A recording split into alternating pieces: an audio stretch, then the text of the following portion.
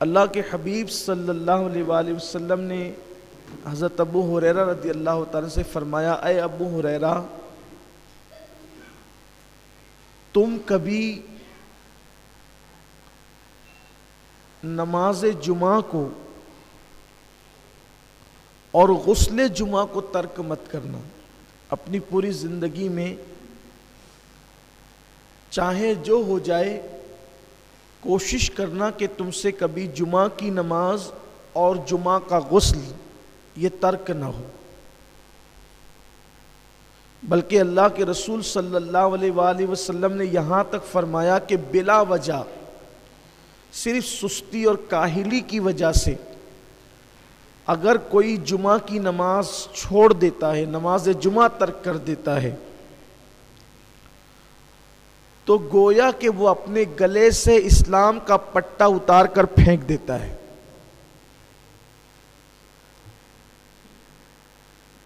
اس لیے جمعہ کی نماز کبھی ترک نہیں کرنا۔ آج کل دیکھنے میں یہ آ رہا ہے کہ چھوٹی چھوٹی بیماریوں کی وجہ سے بھی لوگ نماز جمعہ چھوڑ دیتے ہیں۔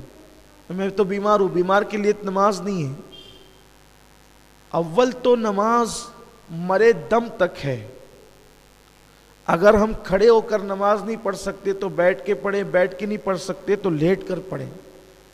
لیٹ کر بھی اگر ہمیں پڑھنے میں کوئی دقت ہے تو یہ جو آنکھ کی پلکیں ہیں اس کے اشارے سے پڑھیں۔ اسی لیے آپ دیکھیں کہ انسان کے جب سارے اعضاء ناکام ہو جاتے ہیں تو آخری تک کی آنکھ کی پلکیں کام کرتی ہے تاکہ آپ اس کے اشارے سے نماز پڑھ سکیں۔ چھوٹی چھوٹی چیزوں میں لوگ نماز جمعہ کو چھوڑ رہے ہیں، اور یہ چیز بھی بڑی بھیانک ہے کہ جمعہ کی نماز کے لیے مسلمانوں پر یہ لازم اور واجب ہے کہ جب اذان جمعہ ہو، اذا نودی للصلاة من یوم الجمعہ فاسعوا الی ذکر اللہ وذروا البیع، کہ جب تم اذان جمعہ سنو، تمہارے کانوں میں جمعہ کی اذان پہنچے تو اپنے کاروبار کو بند کر دو اور اللہ کے ذکر کے لیے مسجدوں کی طرف دوڑ پڑو۔ جمعہ کے دن حکم ہے کہ آپ جس مسجد سے جمعہ کی نماز پڑھنا چاہتے ہیں، جس مسجد میں پڑھنا چاہتے ہیں، اگر اس مسجد کی اذان کا وقت ہو جائے تو آپ کو اس وقت کاروبار چھوڑ دینا لازمی ہے۔ یہ جو خطبے تک لوگ آتے رہتے ہیں نا، یہ بدترین بدعت ہے۔ دور رسالت میں ایسا نہیں تھا، اور قرآن کا حکم یہی ہے کہ جب اذان جمعہ سنو سب چھوڑ کر کے مسجد کی طرف دوڑ پڑو اللہ کے ذکر کے لیے۔ تو سیدنا ابو ہریرہ رضی اللہ تعالیٰ عنہ سے میرے آقا صلی اللہ علیہ وسلم نے فرمایا کہ غسل جمعہ کبھی ترک نہیں کرنا اور نماز جمعہ کبھی ترک نہیں کرنا۔ لقمان حکیم نے بھی اپنے بیٹے کو کہا تھا کہ بیٹا کبھی جمعہ کا غسل نہیں چھوڑنا۔ یہاں تک روایتوں میں آیا کہ جو مسلسل غسل جمعہ کرتا ہے اللہ اسے 70 بیماریوں سے اور بلاؤں سے محفوظ فرماتا ہے۔ اور حدیث پاک میں یہ بھی آیا ہے کہ جمعہ کا جس نے احترام کیا، جس نے جمعہ کی تعظیم کی، اور شب جمعہ میں جس نے سنت مصطفیٰ کے مطابق وظیفہ زوجیت ادا کیا اور پھر اس نے غسل کیا اور خوشبو لگا کر وہ مسجد کی طرف چلا، تو ہر قطرے کے بدلے میں اللہ تعالیٰ اسے 1 سال کی عبادت کا ثواب عطا فرماتا ہے۔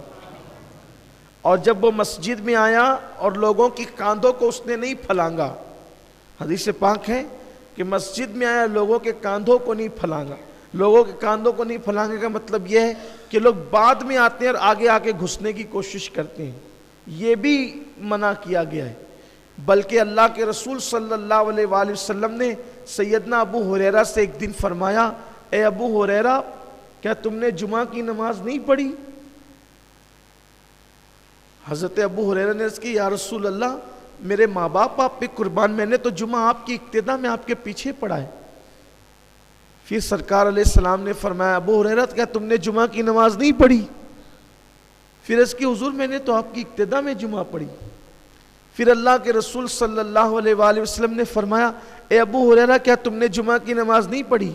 تو پھر ان کو احساس ہو گیا کہ یا رسول اللہ صلی اللہ علیہ وآلہ وسلم میں تو آپ کی اقتداء میں نے جمعہ پڑھی۔ تو سرکار نے فرمایا کہ تم بعد میں آئے تھے اور تم صفوں کو چیرتے ہوئے آگے آ رہے تھے، جو ایسا کرتا ہے گویا وہ جہنم کی آگ کو پھلانگتا ہے۔ صفوں کو چیر کر آنے والا گویا کہ جہنم کی آگ کو پھلانگتا ہے۔ تو جو جمعہ کی برکت ہے، نماز جمعہ کی برکت ہے، تو صفوں کو چیر کر اور پھلانگ کر آنے والوں کے لیے ڈر ہے، خدشہ ہے کہ کہیں وہ جمعہ کی برکتوں سے محروم نہ ہو جائیں۔ اس لیے بعد میں آنے والوں کے لیے ضروری ہے کہ ان کو جہاں جگہ ملے وہ وہیں بیٹھ جائے، صفوں کو نہ پھلانگے۔ اور پہلے آنے والوں کے لیے ضروری ہے کہ وہ آئے تو اولین صف میں بیٹھے تاکہ پیچھے سے آنے والوں کو پھلانگنا نہ پڑے، ورنہ وہ جمعہ کی برکتوں سے محروم رہیں گے۔ لوگ جو ہے وہ آتے ہیں پیچھے بیٹھتے ہیں، اپنی سہولت سے بیٹھتے ہیں، دیوار کا ٹیک لگا کر کے بیٹھتے ہیں، لوگوں کی پوزیشن یہ ہوتی ہے۔ تو اس لیے جب جمعہ کی نماز کے لیے آؤ تو صفوں کو پھلانگ کر مت آؤ، جہاں جگہ ملے وہیں پر بیٹھ جاؤ، اور جو پہلے آئے وہ